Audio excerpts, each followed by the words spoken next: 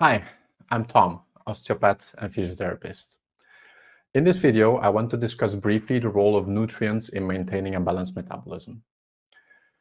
We can divide nutrients into macronutrients and micronutrients. The macronutrients are proteins, carbohydrates, and fats.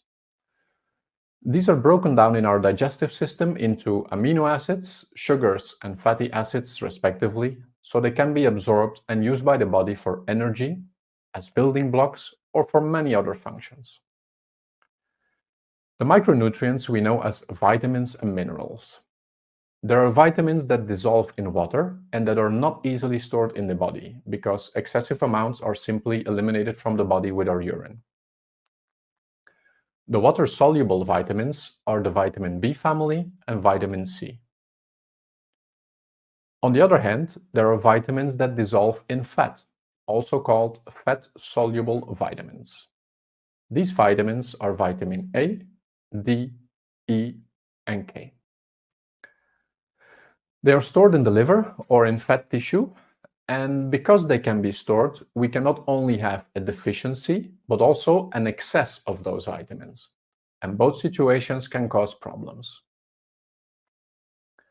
Now, when it comes to minerals, we can distinguish between macrominerals like calcium, magnesium, sodium on one hand, and trace minerals like iron, zinc, and copper on the other hand. Both types are very important for the proper functioning of physiological and metabolic processes. The only difference lies in the amount we need of them. We need a lesser amount of trace minerals. Since micronutrients are essential to all tissues and processes in the body, it's impossible to list all their functions here. But to give you some examples, they act as antioxidants to protect the cells. They help produce energy. They are required to make different types of cells like red blood cells or bone cells. They make sure our nerves work well. They make our muscles contract. And they're essential for a good vision and 1,000 more things. Now let's delve deeper into the relationship between nutrients and some common non-communicable diseases, or the lifestyle diseases that I talked about in previous videos. Let's start with osteoporosis.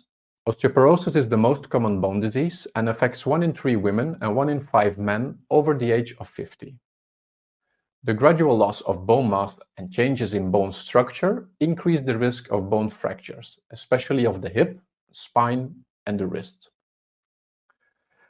Nutrients that play a role in bone metabolism include vitamin D and vitamin K, both fat-soluble vitamins, calcium, magnesium, phosphorus as minerals, and of course also proteins and fatty acids as macronutrients.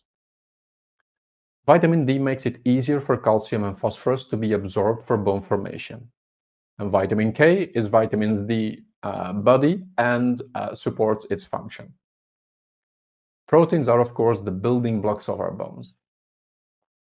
And omega-3 fatty acids have an anti-inflammatory effect and reduce bone loss while stimulating bone regeneration. Secondly, let's take a look at cardiovascular disease. Cardiovascular disease is the leader in the group of non-communicable diseases, and diet plays an important role in the onset and progression of the disease.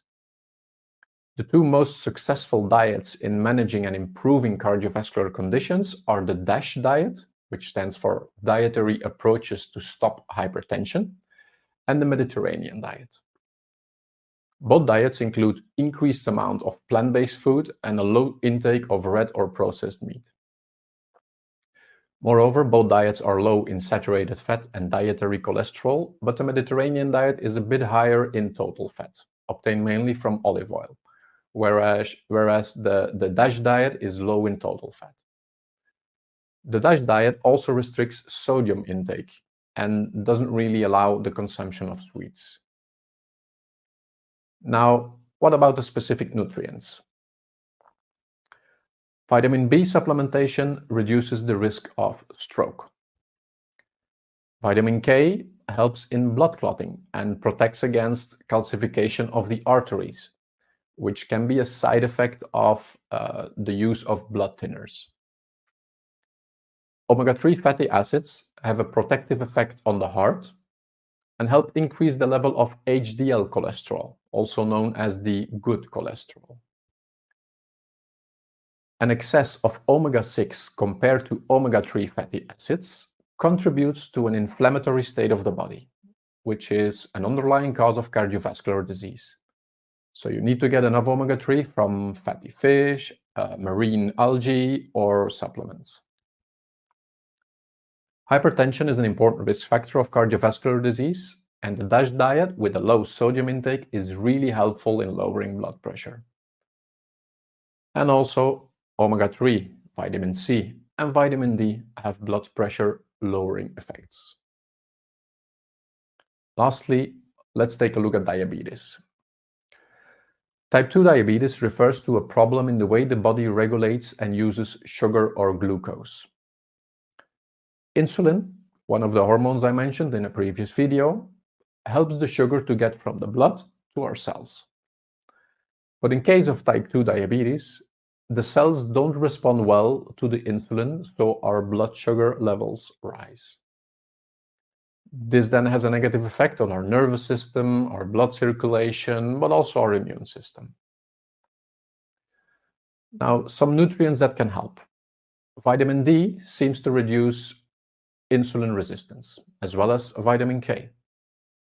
And chromium plays a positive role in glycemic control. But what is more important is that several studies have shown that type 2 diabetes can go into remission or be reversed by adopting a low-carb diet. More than 50% of the patients can go into drug-free remission. And this number even increases to 77% for those who had diabetes for less than a year. So the longer you have it, the less chance you can go into remission.